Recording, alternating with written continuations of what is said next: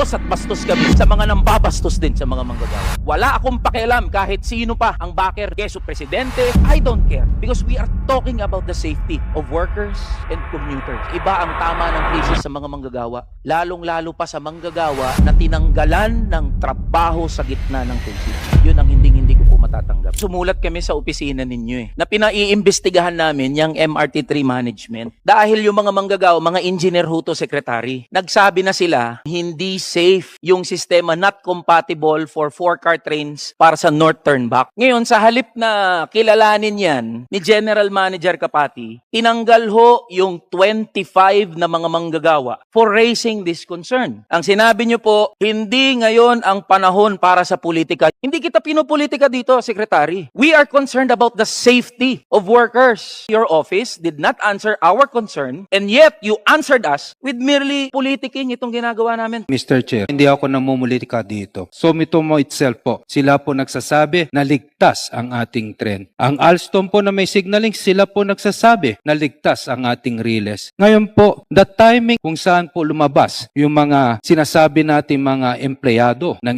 MRT3 na sila po mismo nagsasabi na hindi ligtas. That was the time po kung saan hirap na po tayo sa pampublikong sasakyan. Ako po ay nagsumulat sa ating legal at sa ating USEC for Rail para imbestigahan po si GM Mike Kapati. But ako po ay paninindigan ko na ligtas ang ating tren. Kayo na po nagsabi, Secretary, na paiimbestigahan na titignan nyo pa na ligtas at compatible yung system for 4-car trains. Kasi sa halip na sagutin to ni General Manager Kapati, hindi niya sinagot itong mga valid and legitimate concerns. We are talking about the safety of hundreds of thousands of workers and commuters riding MRT3 instead of addressing these matters. Very valid, very legitimate concerns. Sumulat ang 200 manggagawa ng statement. Natanggalin nyo na yan si General Manager Kapati. Alam mo ginawa ni General Manager Kapati, Mr. Chair? Kinausap lahat ng mga manggagawang yun. Hindi magre-renew ng kontrata hanggat hindi nagre-retract ng statement, and we have all the pieces of evidence. Napakalaki ng pambabastos ni General Manager Kapati dito sa Kongreso because I have confronted him that we will investigate this matter here in Congress. We will file the necessary resolution. Ano natanggap naming sagot? Wala siyang pakialam sa Kongreso dahil malakas ang kapit niya kay Pangulong Bongbong Marcos at sa mga padrino niya na naglagay sa kanya bilang General Manager. Wala akong pakialam kahit sino pa ang backer ni General Manager Kapati. Keso presidente, I don't care. Because we are talking about the safety of workers and commuters. Hanggat nandyan si General Manager Kapati, hindi magiging safe ang operations ng MRT. Operation natin, Mr. Chair. My office is open to constructive dialogue. Irerespeto at irerespeto namin yung mga